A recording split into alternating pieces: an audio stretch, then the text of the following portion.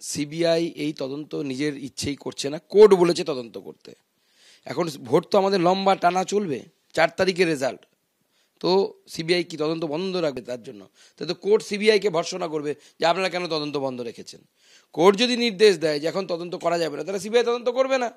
আর ফাঁকা জায়গায় কি, সেখানে তো পুলিশের উপস্থিতিতে, যথারীতি নাজার থানার ওসির উপস্থিতিতে এই তদন্ত চলেছে এবং সার্চ চলেছে, এবং সেই ওসি থেকে থাকা অবস্থায় মাটি খুঁড়ে এগুলো উদ্ধার হয়েছে।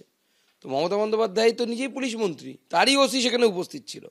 দেশের ক্ষেত্রে কেউ এইভাবে যে দেশকে ধোকা দিতে পারে, দেশের দ্রোহিতা করতে পারে, এটা একমাত্র তৃণমূল কংগ্রেসের সম্ভব। দেশদ্রোহিতা করবে আর এজেন্সি পদক্ষেপ নেবে না, সব কটাকে জেলে ঢোকানো উচিত এবং কান ধরে জেলে ঢোকানো উচিত।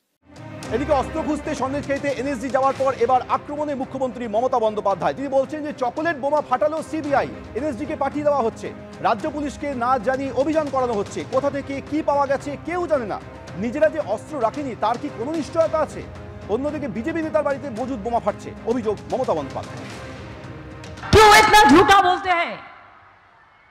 क्यों आप इधर में एक चॉकलेट बोमा फाटने से भी आपको सीबीआई, आपको एनआईए, आपको एनएसजी जैसे कोई युद्ध हो रहा है, और वन साइडेड स्टेट पुलिस को बताया नहीं, किसी को पता नहीं है क्या क्या मिला, किधर से मिला।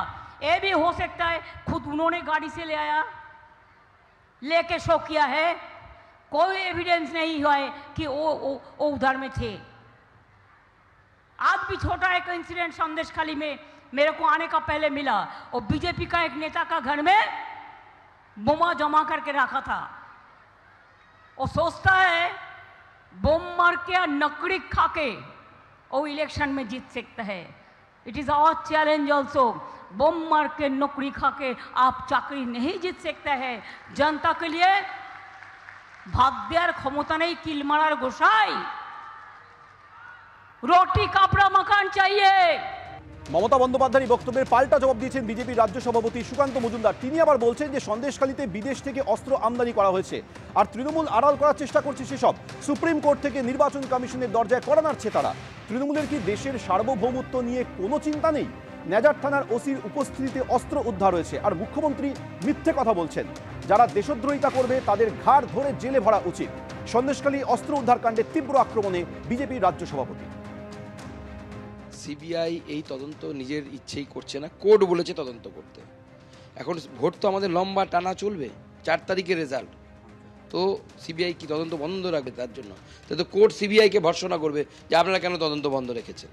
কোর্ট যদি নির্দেশ দেয় যে এখন তদন্ত করা যাবে না, তাহলে সিবিআই তদন্ত করবে না।